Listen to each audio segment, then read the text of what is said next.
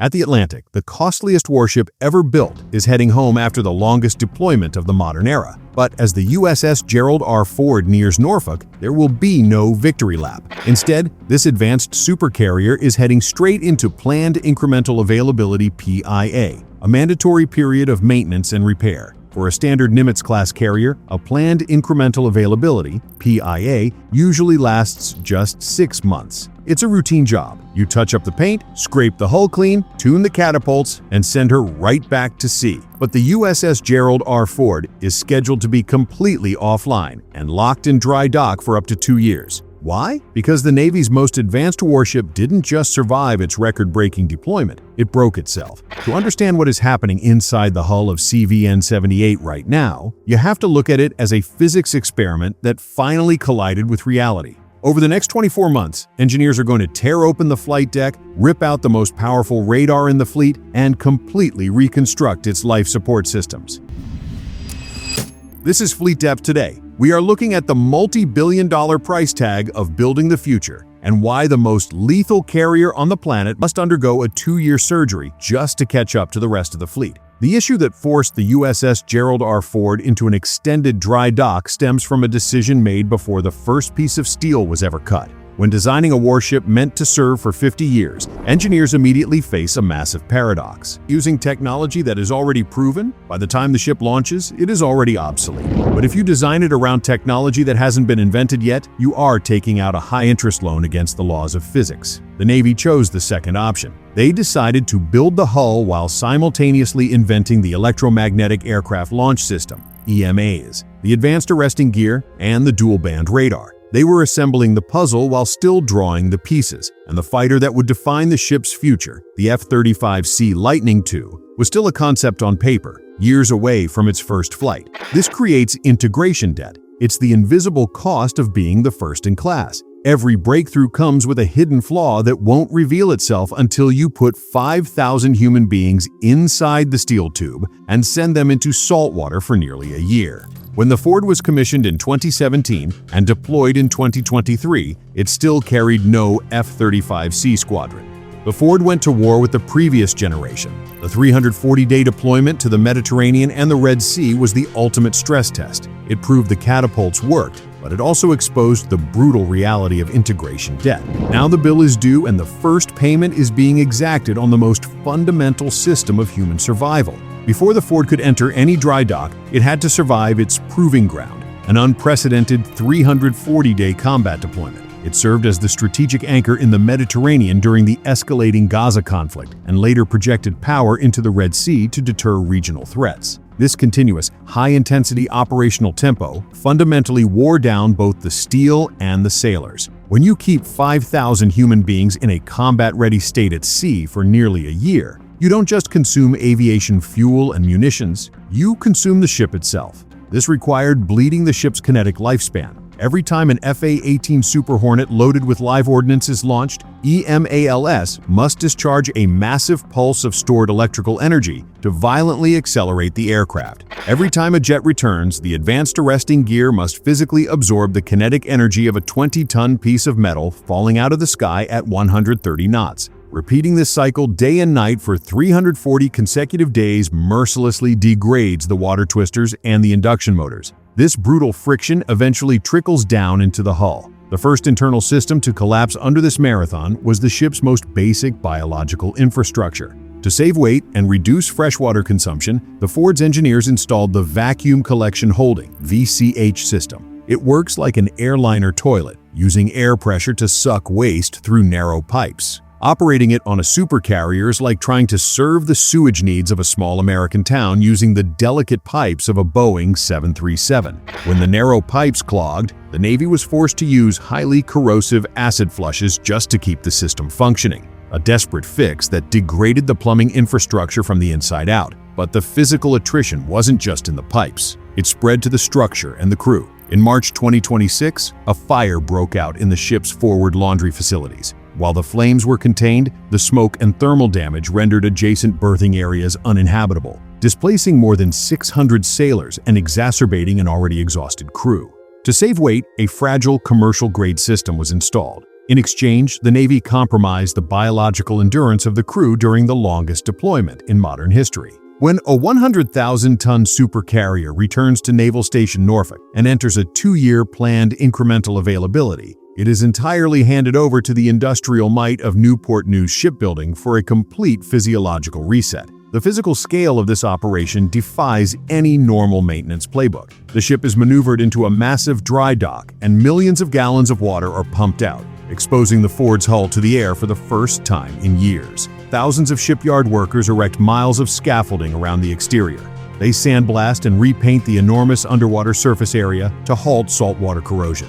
Deep within the engineering spaces, technicians must overhaul EMALs and the advanced arresting gear, dismantling the high-voltage energy storage systems that were relentlessly cycled during the 340-day deployment. They examine the massive bronze propellers, recalibrate the sophisticated weapons elevators, and recertify the secondary systems of the nuclear propulsion plant. But while the hull and lower decks are dealing with propulsion and plumbing, the island superstructure of the Ford is undergoing a much more drastic amputation. The Gerald R. Ford was built with the dual-band radar DBR, arguably the most capable high-fidelity radar system ever put on a surface ship. It combines the X-band ASPI-3 for low-altitude tracking and missile illumination with the S-band ASPI-4 for volume search. Together, these two bands give the Ford the most complete electromagnetic picture of any surface combatant afloat. But over the next 24 months, amidst the scaffolding and the welding sparks, the Navy is going to rip the DBR out of the ship. Why would you remove the best radar in the world?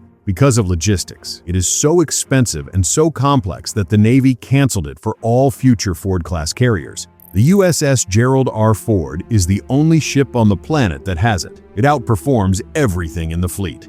But when a component cracks, there is no parts catalog. You have to reopen a manufacturing line just to machine that single piece. In a protracted conflict, a zero commonality system is a fatal liability. If the Ford suffers battle damage to its radar in the Pacific, there are no spare DBR panels sitting in a warehouse in Hawaii. So, the Navy is stripping the most powerful radar in the fleet. In exchange, it gains a supply chain that actually exists. During this industrial surgery, the SPY-6 covers one frequency band instead of two, which narrows the Ford's electromagnetic aperture, but it is built on gallium nitride semiconductor technology. From Arleigh Burke Flight 3 destroyers to frigates and amphibious assault ships, SPY-6 is the new standard. If a SPY-6 module burns out, a replacement can be flown in from any supply ship in the fleet. Physics dictates the range of the radar, but logistics dictates whether the radar turns on at all. But the most violent phase of this 2-year surgery happens up on the flight deck, and it starts with cutting into the deck itself. When the USS Gerald R. Ford was laid down in 2009, the F-35C Lightning II was still a concept struggling through development. The carrier was optimized to launch and recover the F/A-18 Super Hornet. Now, the Navy needs the Ford to carry the F-35C, the stealth fighter that will define the next 3 decades of naval aviation. The F-35C's F-135 engine runs nearly twice as hot. Inside its turbine, temperatures reach 3,600 degrees Fahrenheit, hotter than the melting point of the blades themselves. They survive only because engineers pump cooling air through hundreds of microscopic channels inside each blade. Yet, even after expanding through the exhaust nozzle, the jet wash still hammers the deck at over 1,700 degrees Fahrenheit. When an F-35C spools up to maximum military power on the catapult, that thermal blowtorch scorches the steel beneath it. Traditional non-skid paint, which worked perfectly for Super Hornets for 30 years, instantly melts and vaporizes. The jet blast deflectors, JBDs, the massive steel shields that raise behind the aircraft to protect the deck crew, physically warp and buckle under the thermal load of the F-135 engine. To solve this, shipyard workers must physically tear up the flight deck. They must apply a thermal spray non-skid (TSN) coating. Shipyard crews also have to rip out the old JBDs and install heavy-duty, active liquid-cooled variants with enhanced plumbing to dissipate the extreme heat. The F-35C serves a second mission. It is a flying supercomputer that vacuums up terabytes of highly classified electronic intelligence. Processing that data requires building a secure compartmented information facility. Constructing an SCIF on a warship is an engineering nightmare. It requires Tempest standards to block all electromagnetic emissions. Shipyard crews must cut through solid armored bulkheads, temporarily compromising the structural integrity of the hull, to weld in dedicated copper-shielded enclosures. They must install acoustic baffling independent ventilation systems and route miles of heavily shielded air-gapped fiber optic cables for the operational data integrated network. To bring the F-35C aboard, the Navy literally tears the ship apart. In exchange, the Ford finally becomes the 21st century carrier it was promised to be. When this PIA is complete and the first F-35C squadron finally lands on the deck of CVN-78, the geometry of naval warfare fundamentally shifts. The Ford will no longer operate as an isolated strike platform. Through the F-35C's sensor suite and the Naval Integrated Fire Control Counter-Air (NIFCCA) architecture, the carrier becomes a distributed intelligence hub. The fighters will push targeting data through encrypted gateways into the strike group's common operating picture, allowing Aegis destroyers to launch SM-6 interceptors at targets hundreds of nautical miles beyond the horizon, targets the destroyers themselves cannot even see. 24 months of pain transform the Ford from a standalone carrier into the apex node of a networked fleet. How does the most expensive $13 billion supercarrier in human history spend 2 years in a dry dock just to achieve a baseline standard of operation? Call this PIA a repair job, and you miss the point entirely. Every cut, every weld, every strip panel is the payment of a technical debt. The USS Gerald R. Ford is the first of its kind, and being the first means absorbing all the friction of the bleeding edge. The Ford went to sea with a bespoke radar that had no supply chain, a fragile plumbing system that couldn't handle the biological endurance of its crew, and a flight deck optimized for an older generation of fighters. Yet, it took those experimental systems into the Mediterranean and the Red Sea for 340 days, proving that the core architecture, the electromagnetic catapults and the massive nuclear reactors, actually worked under the brutal strain of combat. The risks the Ford took paved the way for the entire future of the Navy.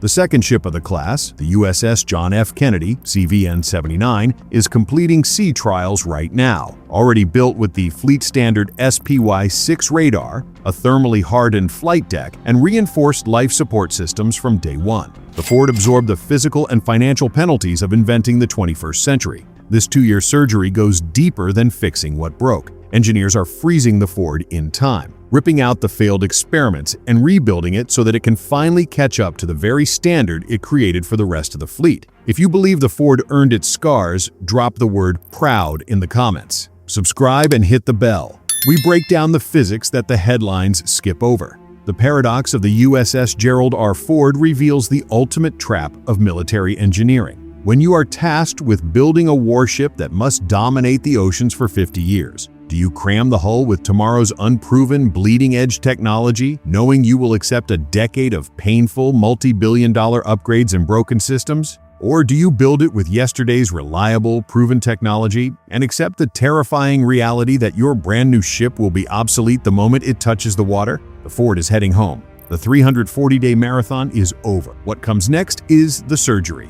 Over the coming months, thousands of shipyard workers will cut into its steel, rewire its nervous system, and rebuild it piece by piece. That is the cost of being the future. Stay vigilant.